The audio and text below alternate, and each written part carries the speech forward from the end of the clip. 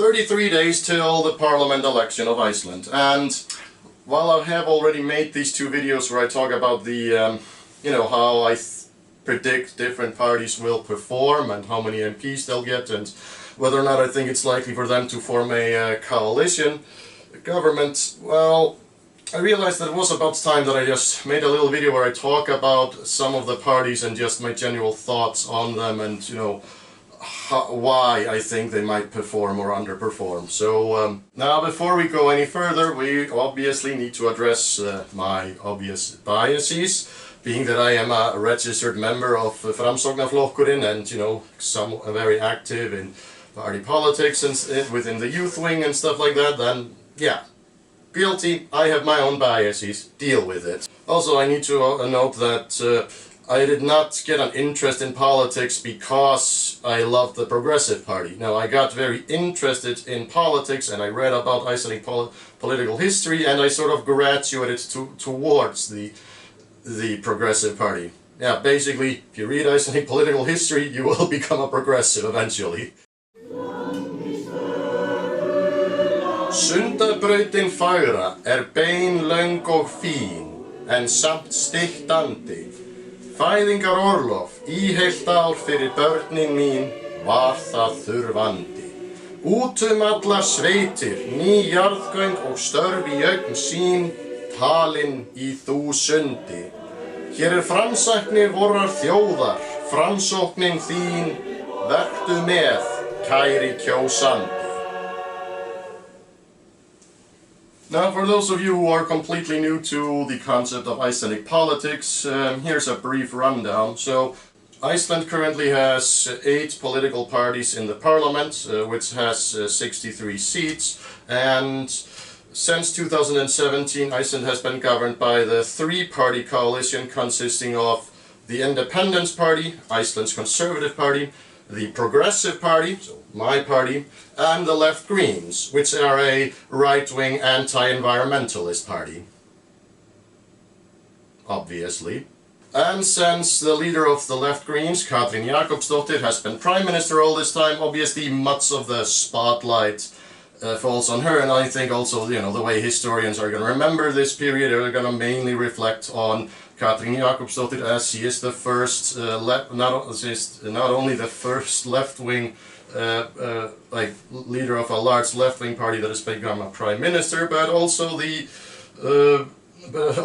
obviously the only left-wing party leader that has formed a coalition government with a conservative party. Although this is not the first time that the conservatives and socialists have been in a coalition together. That has actually happened on 2 separate occasions, although in both of those cases several members of the conservatives refused to work with the socialists. So yeah, this is the first time where all MPs from both parties were together in coalition, but at least initially the Left Greens have lost at least 2 of their MPs throughout the entire coalition's governing history, but that also happened the last time they were in coalition. That just seems to be the name of the game whenever they are in power. They just tend to lose some of their members to other parties or whatever.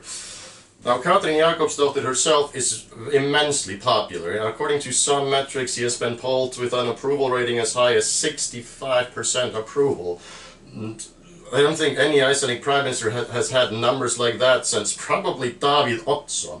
And how weird is it to, compare Katrín Jakobsdóttir to Davíð Oddsson? So Davíð Oddsson was Iceland's longest serving Prime Minister, leader of the Conservative Party for many years, and he's kind of the Ronald Reagan of Iceland, or if that makes sense, helped to liberalize the economy, privatized a lot of firms, including the banks, and then came the financial crash, and now he's not being viewed as favorably as he used to, but he was an immensely popular leader during his era, and controversial every single day of his life, but also immensely popular. Obviously, you were wondering, why did a left-wing party end up working with the conservatives? Well, the why is not important anymore, I'd say, but I think the Left Greens went into this coalition wanting 4 things. They want to deprive the Independence Party of the ability to mess with the healthcare system. So, I mean, it worked. It's been the left-green turns now for 4 years, and whether or not they've been successful or not is sort of like nothing has fundamentally changed, I think, since I can remember. Everybody still complains about everything. Basically, when it comes to healthcare in Iceland, the general consensus is that it's the absolute worst healthcare system in all of Europe. Until it ends up saving your life, then all of a sudden it's the very best healthcare system in Europe. So, but yeah. And the left Greens also wanted to, put forward a platform to greatly reduce carbon emissions, and and in 2018 the left Greens put forth a plan to reduce carbon emissions and carbon emission vehicles by the year 2040, and at that time when this plan was unveiled, it was probably one of the most progressive such plans laid forth by any government ever. But in the years since then, many other governments around the world have made very similar plans or even more progressive plans. But so yeah, now it doesn't seem that progressive anymore. But yeah, for a very brief time they were like world-class progressive in this instance. But now the world has just sort of caught up very quickly, it seems. And they also wanted to bring back stability to the Icelandic political system, and hey, the government lasted far longer than anybody would have expected, so absolute, unquestionable success there. And the fourth thing, something that I think both Katrin Jakobsdóttir and Bjarni Benediktsson wanted to accomplish, was that they didn't want Iceland to follow the path of many other countries, with the worldwide continuing left versus right divide, so they wanted to show that, we can rise above the fray and just sort of, continue on with day-to-day politics, that just revolve around regular people, that have regular, bread and butter issues on their mind and don't care about any culture war stuff. Now, many of the left-wing voters, however, are apparently not so satisfied, with the past 4 years, and definitely do not want to repeat this experience in the next election. And there is, because of that, a very high chance that the left Greens will probably underperform some in the coming election, but I really doubt that they're gonna dip anywhere below, say, 10% of the total vote. In 2017 they received, I think, 16.9, so they're gonna lose some, but they're not gonna be punished as severely as some of their voters are, I think, have let themselves to believe. Now, sneaking up into the left field now is an up-and-coming left-wing party, the Socialist Party of Iceland. And I think many of the radicals from the left Greens are probably gonna go there. And because, yeah, the Socialist Party of Iceland, these are absolute radicals. Hardcore Marxists and just conspiracy theorists and just all around a bunch of very hateful people. And that's coming from somebody that's actually... yeah, I don't think I've ever mentioned this here, but it's going to be a strange admission, considering that I'm now a member of Framboði. But I was a member of Socialista Flokkur Íslands. I registered myself on the day that they were actually founded. And yeah, basically my experience with these people was so negative that I sort of turned my back on socialism forever after. Because that's, to my experience, these people are conspiracy theorists. They're just a bunch of very... like, to them, the ends just to totally justify the means. Like, they seem to more want to distribute wealth, not because it's good for the economy or good for the people, but just because they hate rich people. So yeah, it's just a very hatefully driven political organization that I just can't stand. But yeah, there is a chance that they're gonna make it in, they're gonna get enough votes, enough disgruntled left-green voters, and I don't know, just whatever else kind of radicals are out there, like anarchists. Probably going to be a great many anarchists. Yeah, it was also something that I felt very uncomfortable with while corresponding with these people, is just how many of them just seem to have very positive views toward anarchy, which I absolutely despise. Given that I'm now, not surprising, given that I'm now part of one of the most big government statist party that has ever existed in Iceland. So yeah, I mean, so yeah, not a big fan of anarchy. Who would have known, right? As for the Independence Party, well, despite the COVID pandemic and everything that has happened, the Icelandic economy is still doing relatively well. And, you know, hey, there's political stability that wasn't there when last time when they were in coalition, so I think, you know, just with that, you know, having that as their credentials, I think they're probably definitely gonna gain some in this election. Like every poll currently in the last few months or weeks has them polling at anywhere between 20 and 25%, which is very bad for the Independence Party, as they used to routinely get, well, historically when there were fewer parties, they used to historically get like between 30 and 40% of the total votes easily. However, I really doubt that, like in some of the polls, that they're gonna come close to 20%. For example, the absolute worst election in their entire history was right after the financial crash of 2009, obviously, and then they still managed to get 23.9% of the total votes, which gave them 16 MPs, which is the same number of MPs that they currently have. So in the last election they got a higher percentage than in 2009, but the percentage was still their second lowest in all of their history, so they ended up with, again, 16 MPs. But I can easily see them rise up to 18, 19, perhaps even 20 MP seats, and if that happens, it's going to be very hard to form a coalition government without them. But anyway, let's now talk about the Progressive Party. Now, as a member of the Progressive Party, I'm obviously very satisfied by mainly two things. Mainly the lengthening of the maternity leave. Currently, maternity leave is, I believe, 1 year. So basically, one parent gets 4 months, another parent gets 4 months, and then the parents can decide between themselves how they distribute the remaining 4 months.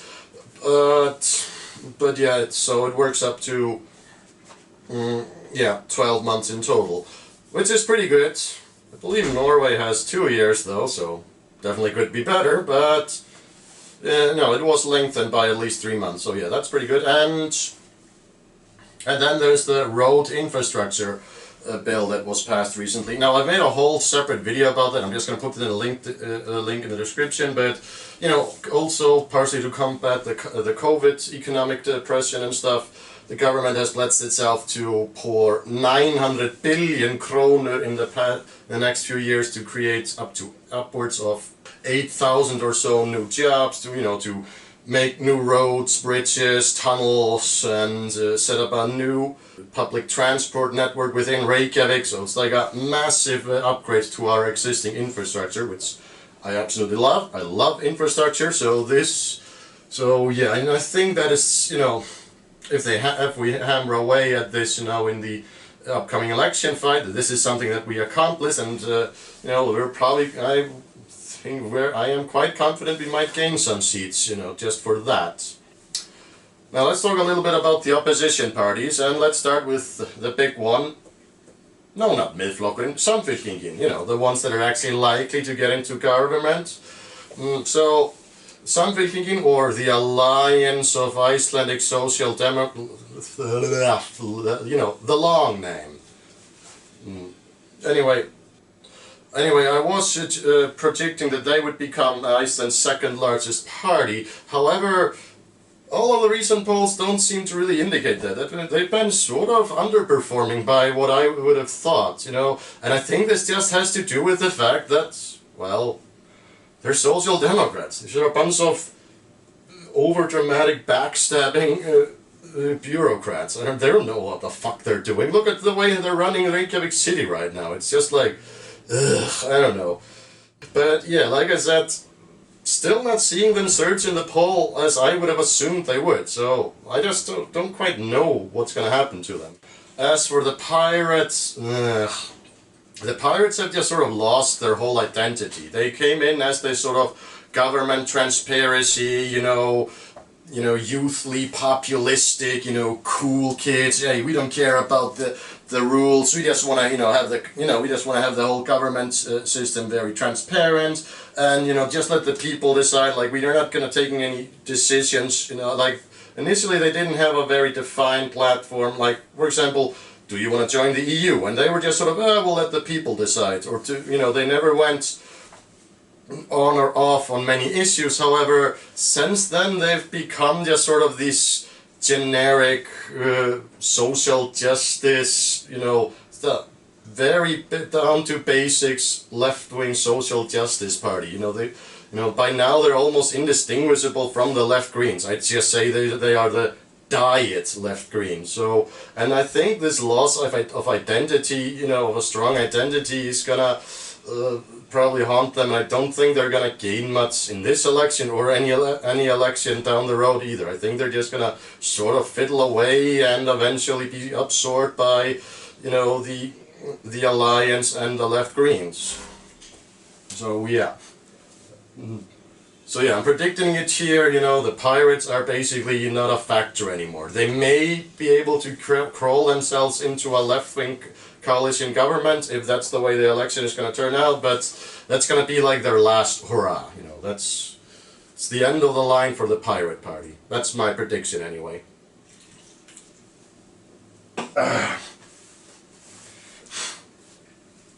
So what other parties are left in government? Well, there is Miðflokkur and same thing. They're, after 4 years in opposition, what do they have to show other than just being controversial? Nothing. And being controversial, gets you in the spotlight so people talk to you and know of you, but it can only repel you so far. And basically, they've just evolved into a big pile of nothingness.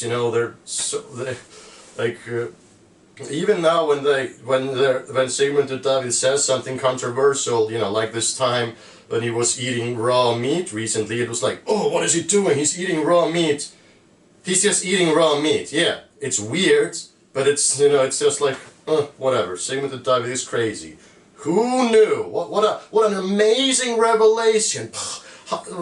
Like this fucking man is not of a sound mind. I never. Okay, then of course People's Party, or Flokkur Fólksins, People's Party. So the Party of the People is actually a better translation. So yeah, the Party of the People. The Party of the People, they're campaigning very aggressively. They've got a ton of great ads out there. So, but also they're tiny, and a lot of their populist support might go to the socialists, might also go to the socialists, but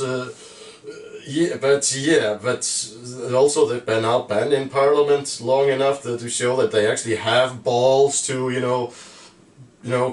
talk about the things that are wrong, Iceland's elderly care and stuff like that. So I think they might hang on there. I don't think it's very likely that they're going to get into a government coalition, even a left-leaning one, but hey, they might still be around.